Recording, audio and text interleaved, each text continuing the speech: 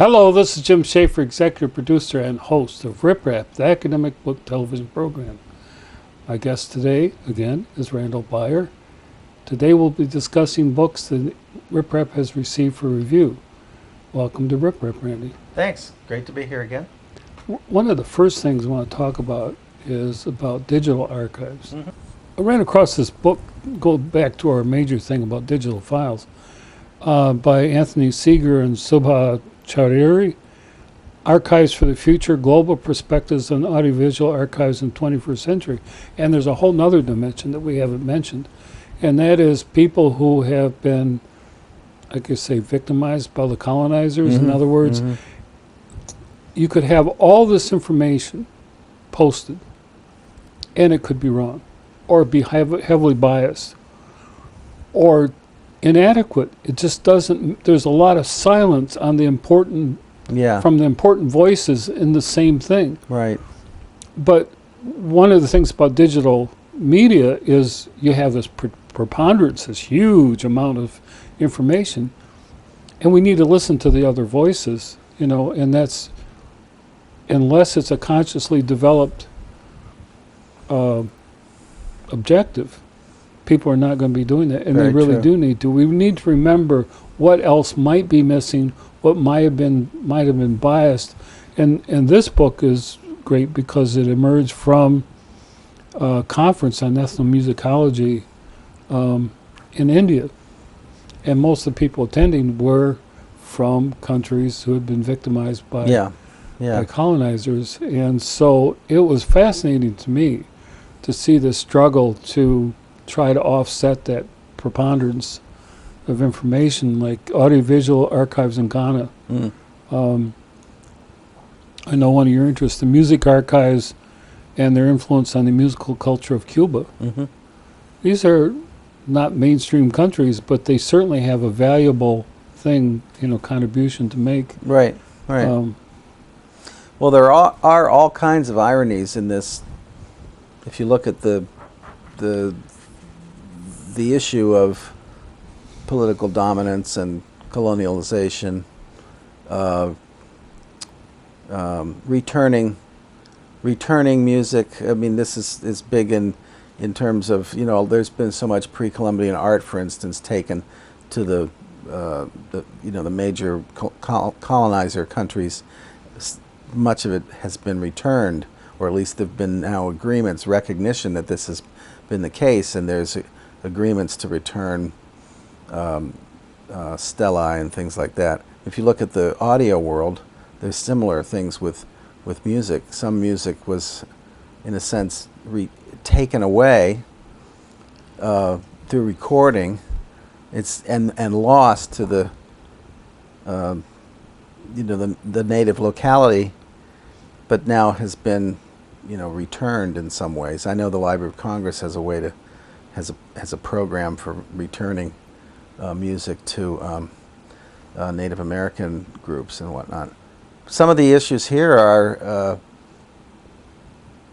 oral traditions. The issue of an oral tradition. You mentioned Ghana. You can certainly record and keep things boxed up in a room, but the whole nature of music in that culture is an oral expressive culture where you learn from the very time you were small through a series of I mean, if you're a musician or a singer or a dancer, which almost everybody is in one way or another, not professionally, but in terms of communal society, that in a sense is the living archive. The living archive is a communal culture of expression, not the way we think of it, where we, in a sense, capture performances and things like that. And that's true across the world. It's not just Ghana. I mean, it has to do with Irish village music and things like that. The whole tradition of training and learning and apprenticeship. The Dutch ethnomusicologist Arnold Blake made a collection in the 1930s that was available in England, but not in India. And so it goes.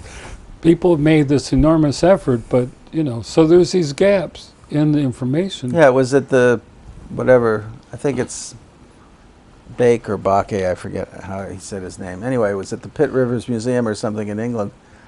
And this is very true of African recordings as well. Would be at, you know, a European university, or maybe in a university in South Africa that was, you know, founded by the Europeans. There's another aspect to this, which is how copyright's interpreted, Mm-hmm. because the West has a very defined idea, but in these countries they feel that copyright is something of their national identity, and so how they interpret it, you know, they're not going to cede control of it all that easily, Yeah. which is sort of implicit. If you make something available as a digital resource, what arrangements do you make with it? And it it becomes a huge issue. It comes in conflict with Western notions of ownership. And, well, maybe I shouldn't make a Western Eastern, with various notions of ownership.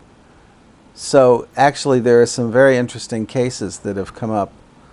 And I'll give you one example that's kind of well known.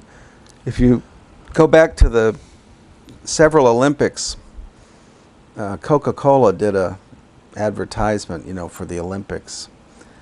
I might not have all the details straight here, but on that advertisement was the singing of a villager from Taiwan, and it was a kind of shout song, and he was in his fields doing this recitation, singing, and it had a resonance in that video by Coca-Cola. Well, he heard it. He lives in a small village in Taiwan, a native village, a modest village, but they had a television, and they were watching sport, international sport. They're very poor, farming village. They have access to the international world, and he says, "That's my song." So what happened was, a group of ethnomusicologists or researchers had come through years and years before and recorded this native village, took it back to France, deposited it in an archive. The company that then another group purchased that song from the archive to put on a record, and the Coke advertisement eventually got the copyright from them, because they were now the owners of it. And I think that this man in the village in Taiwan actually found somebody to help him sue. But all along the line, in terms of the French archive, the music producer and whatever, they all did what they were supposed to do legally in terms of getting access or getting ownership of that song. But it missed the critical loop. And in fact, he had given permission to the person recording him to record it, because it was going to go back to an archive, you know, a protected space.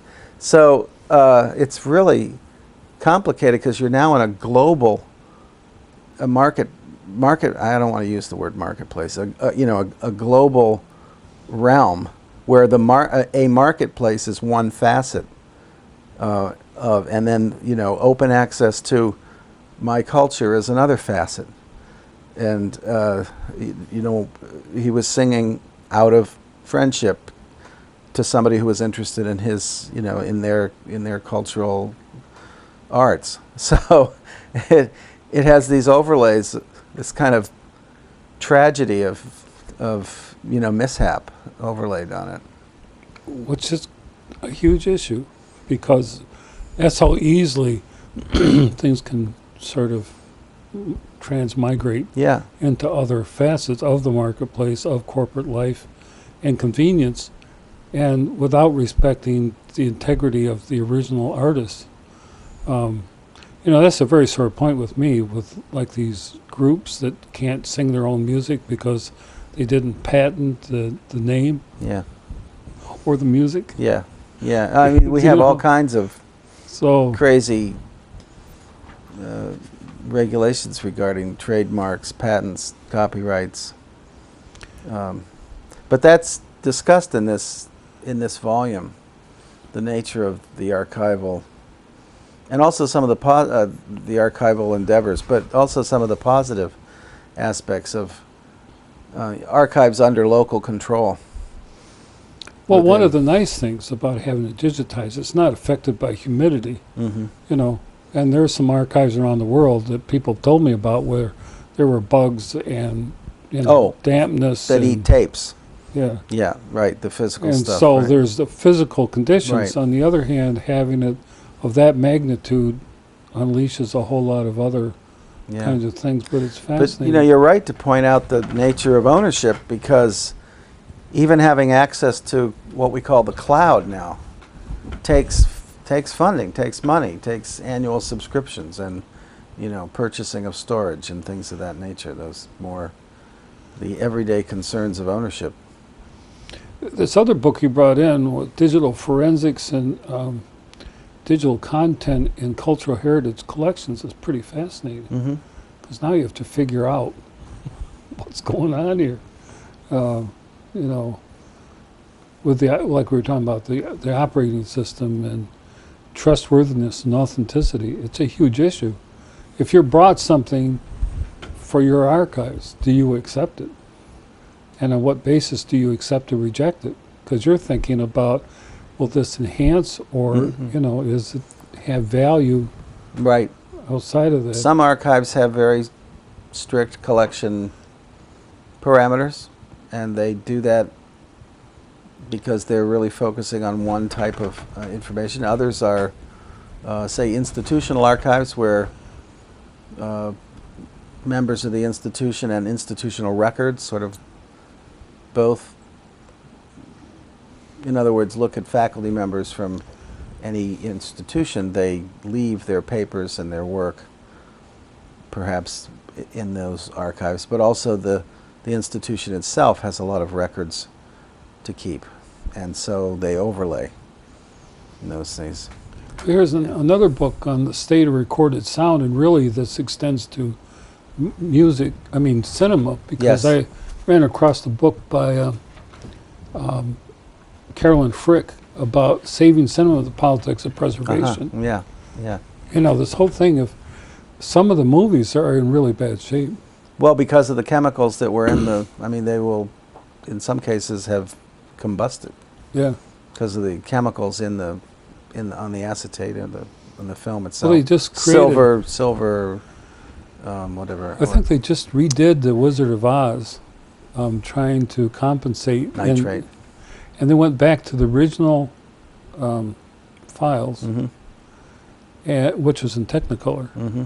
and they recreated a master that's considerably different than the copies circulating, because the copies of circulating have degraded. Mm-hmm.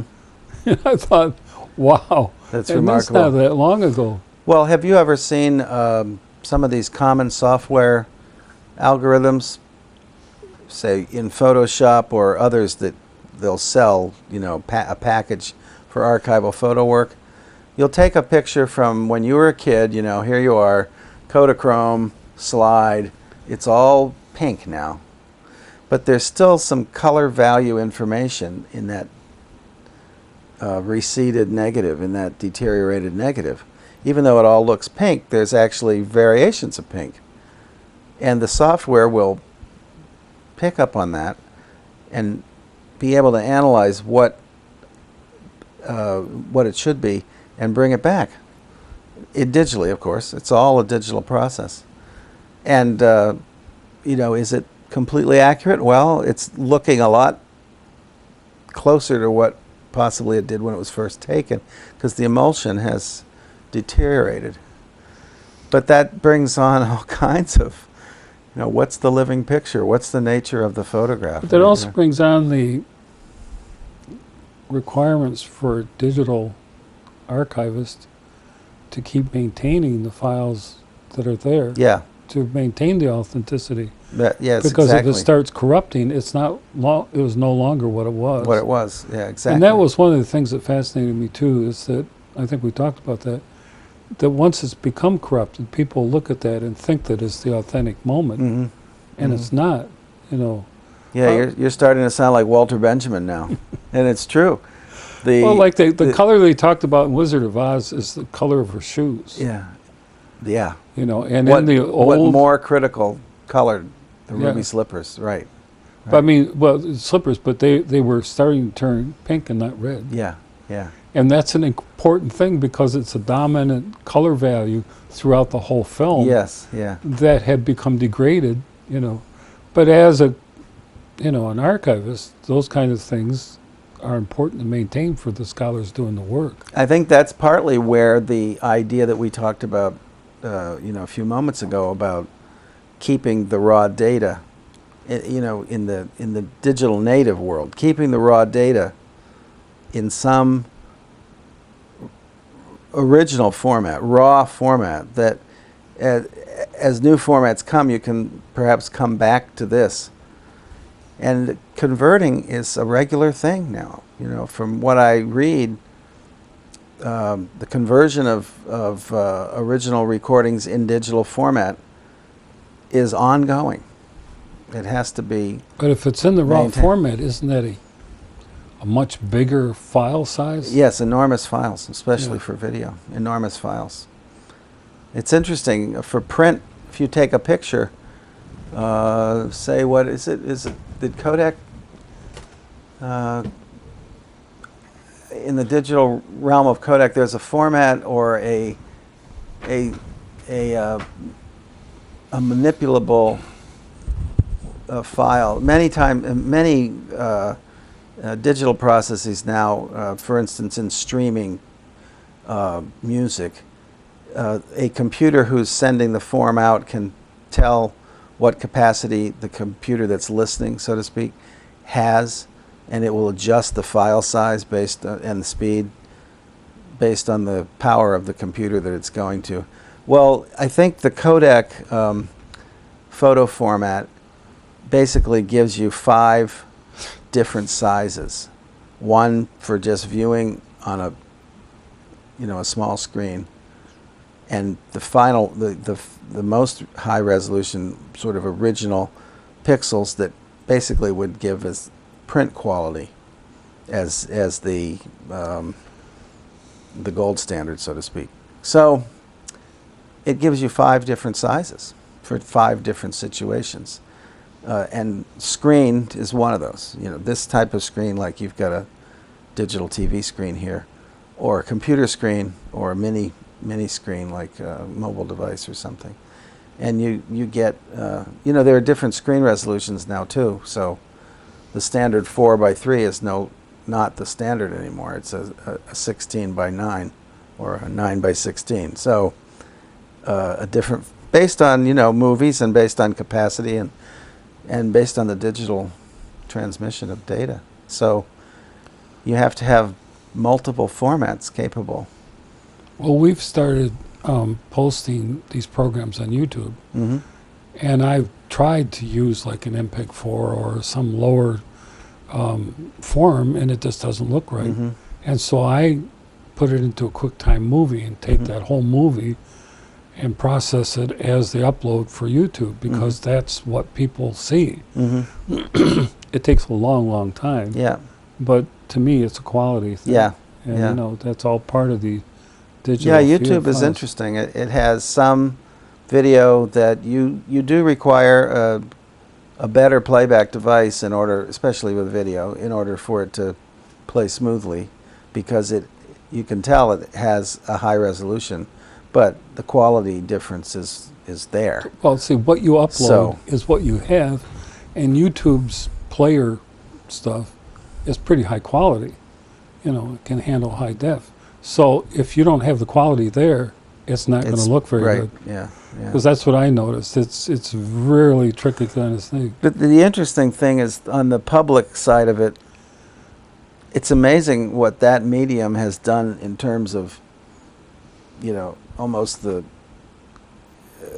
whatever the mud and the muck of what people deal with. I mean, you've got the craziest things on YouTube, but on one level, it's pretty great in the sense that it's now, the populace, the people. It's a fully, in a way, I'm sure somebody would argue with me about this. It's not fully democratized because there's ownership and power and who can actually upload and all kinds of, what can you do? And somebody's going to say, no, we don't want that on YouTube. So it's not entirely open and free. But it certainly has transformed. Even something as goofy as the teenage kids, singing along with some pop song, and they put it up on YouTube versus anybody's podcast, to very, very high quality productions. It's an interesting facet. It's freeing. It's sort of emblematic of huge digital archives. Yes. The digital archive, the digitizing is what makes the whole thing possible. Mm-hmm. Yeah. It's really fascinating. Yeah. I'm going to shift gears here a little bit. Let's look at another book. I thought this was interesting. Sustainable University, Green Goals, New Challenges for Higher Education Leaders by James Martin, James Samuels, and Associates. And this is pretty fascinating stuff because as institutions of higher learning, but they're huge entities generally, some colleges, universities are starting to understand that they have an obligation to preserve their resources. And we were just talking earlier before we went on about how different universities have, ways of shutting down devices and starting them back up, even the pop machines to save energy. And it says that there's nearly 700 chief executive officers have signed American College University President's Climate Commitment, which is, the idea of developing an efficient, flexible system of sustainability benchmarks. There's all kinds of things you can do. I know the U of M has its emphasis also on different measures you can take. It's the little things that you do day by day that build up, really count up. Do they mean climate meaning, the climate of opinion, or do they mean, or the climate of education, or do they mean the literal climate? They saving the climate. Their climate. Right. Well, how they do things in the climate their of situation of sustainability that then impacts the climate. Right. And so this whole thing about, how do you move forward? Yeah. What do you do? And I think the biggest thing to do is to change the attitude, the mindset of the people involved with it. And, a lot of universities haven't thought about that. Like we were talking earlier, most of the time you just left the computer on, and now you shut them off. Just all kinds of practices that you have that just makes things work better and more sustainable. There are so many competing factors in the university environment that in some ways is the word mitigate against sustainability being the primary background system on which you do things. That seems to be an issue. If there's a sustainability initiative, what would that be? Recycling, I think, has become pretty standard across the university environment. But there was a time when getting recycle bins distributed and picked up had a serious impact on the work responsibilities of the custodial staff. It was a new process. And so there was that competing sort of, interest world. And sustainability for some time was that was not the word we used, but implementing that to have that become normalized, operationalized, is a big aspect of what happens on a university campus. Well, they mentioned a college campus, in the post-war architecture fashions of modernism. The institutions built buildings with monolithic walls with no windows, or curtain walls made entirely of windows, but none of them were operable. Right. It's a good way to spend a whole lot of money. Brought in on tons air of heat conditioning, as well, I imagine. And it said, because of the pervasive design decisions like this, the built environment in America sucked down an enormous amount of energy and spewed out a proportionate amount of pollutants and waste. These buildings consumed about 70% of the nation's electricity and emitted nearly 40% of the nation's greenhouse gases and 70% of landfill waste. And as The buildings on college campuses took up overall, this kind of that architecture. design architecture, right? The build, And yeah, they had okay. this example here of a building with Ithaca College where they try to change how the buildings could have a natural ventilation system to meet its energy efficiency goals. So you can build them differently, but you have to think about what you're doing. And I thought that was fascinating. Right. I imagine they talk a lot about the LEED standards, LEED standards. Yeah. Yeah, this is a problem on my campus. We've built several new buildings which I think are LEED standards, or at least informed by them. I'm not entirely sure if they're LEED certified. But that whole idea of understanding how, and that is a climate issue, you know, how much heat you have, the heat transfer, the amount of gases you're creating with your heating systems and whatnot, has been transformed. I mean, there are buildings now with windows and separators so that the air passageway creates a natural ventilation or a natural heating that can actually be brought into the building and used, whereas you don't necessarily do everything by machine. And here's another interesting thing from Mitchell and Cynthia Thomas show, who are at Unity College in Central Maine. They say that buildings are powerful teachers. Well, we've come to the end of another program. Indeed. It was great. Yeah, thank you for being on Rip Rap again. You're welcome. Yeah, I was glad to be here.